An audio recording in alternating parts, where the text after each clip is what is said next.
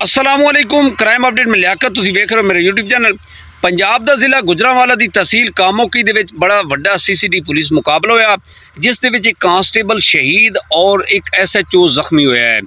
मुकम्मल ओवरऑल इस मुकाबले की तफसील तुहाडे नाल डिस्कस करांगे। साडे चैनल सबसक्राइब करो, बैल आइकन बटन नूं प्रेस करो और कमेंट दे विच इज़हार ख्याल लाजमी करना।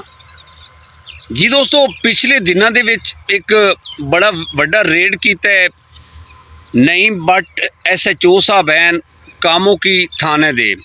उन्हां दी सुपरविजन दे विच टीम गई है। इस टीम दे विच तकरीबन 8 तो 10 स्टाफ है सन, जिस दे विच कांस्टेबल इकराम उल हक सीसीडी पुलिस नूं मुखबरी होंदी है कि इस इलाके दे विच उमरी गुजर जिहड़ा है वो रुपोश है, वो कई मुकदमे दे विच सीसीडी पुलिस और पंजाब पुलिस नूं मतलूब आ। वो एक बड़ा वड्डा डकैत और इश्तिहारी है सी, मनशियात का भी काम करता है सी। नईम भट्ट साहब ने अपनी फोर्स लई और उत्थे जाके रेड किया और उत्थे मुकाबला होया। मुकाबला चंगा भला होया। उस मुकाबले दे विच एक कांस्टेबल इकराम उल हक साहब जख्मी होए ने और SHO नईम भट्ट साहब भी जख्मी होए। उमरी गुजर दे नाल तकरीबन 3 तो 4 बंदे होर है सन जिहड़े मुकाबला कर रहे हैं। ते जिहड़ी नफरी है सी पुलिस सीसीडी पुलिस दी वो भी इतनी ज़्यादा नहीं है सी। इस दे विच जनाब उमरी गुजर जिहड़ा है वो बाल बाल बचे है और अपने जिहड़े साथी समेत है सन उन्हां नूं लै के फरार हो गया है। इत्थे इकराम उल हक साहब जिहड़े है सन कांस्टेबल वो उन्हां दी शहादत वाक़ हो जाती है तकरीबन 1.5 घंटा 2 घंटे तो बाद, और SHO नईम भट्ट साहब भी जख्मी हो जाते हैं। जो ज़्यादा नफरी होर नफरी आती है सीसीडी पुलिस पंजाब पुलिस की, तो उस तो पहले ये जिहड़े है सन उमरी गुजर का जिहड़ा गैंग है सी ये फरार हो जाता है। इस मुकाबले तो बाद बड़े बड़े सवाल उठे। उस दे विच ये दस्सिया गया है कि नईम भट्ट साहब जिहड़े है सन वो साइड ते हो गए सी मुकाबले दे विच।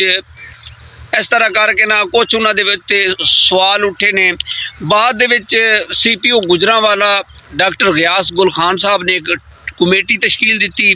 उस दे विच टीमां तश्कील दित्तियां ने कि उमरी गुजर नूं गिरफ्तार किया जाए या उसनूं मुकाबले दे विच पार किया जाए। इस तरह दीयां टीमां तश्कील दे दित्तियां गईयां ने और ओवरऑल उन्होंने जिहड़ा जिला गुजरांवाला दा जितनियां तहसील है सी उहदे विच नाकाबंदी शुरू हो गई। और बाद दे विच एक मुखबरी हुई, पता लगा कि इस इलाके दे विच जनाब ये उमरी गुजर जिहड़े अपने साथियों के नाल रुपोश है। इलीट फोर्स सीसीडी पुलिस ने इस मुकाबले दे विच हिस्सा लिता है। उस इलाके नूं सीसीडी पुलिस और पंजाब पुलिस ने घेरे विच लिता और उत्थे उमरी गुजर और इहदे जिहड़े साथी है सी उन्हें मुकाबला शुरू कर दिता। और मुकाबला थोड़ी देर चलिया है कि अपने साथियों की फायरिंग के नाल उमरी गुजर की जिहड़ी ना हलाकत वाक़ हो गई। बाकी जिहड़े दे साथी है सी वो फरार होने कामयाब हो गए और बाकी टीमां तश्कील दित्तियां गईयां ने कि उन्हां दे जिहड़े साथी है सी उन्हां नूं भी गिरफ्तार किया जाए। अपने साथियों की फायरिंग के नाल इसकी हलाकत वाक़ हो गई है।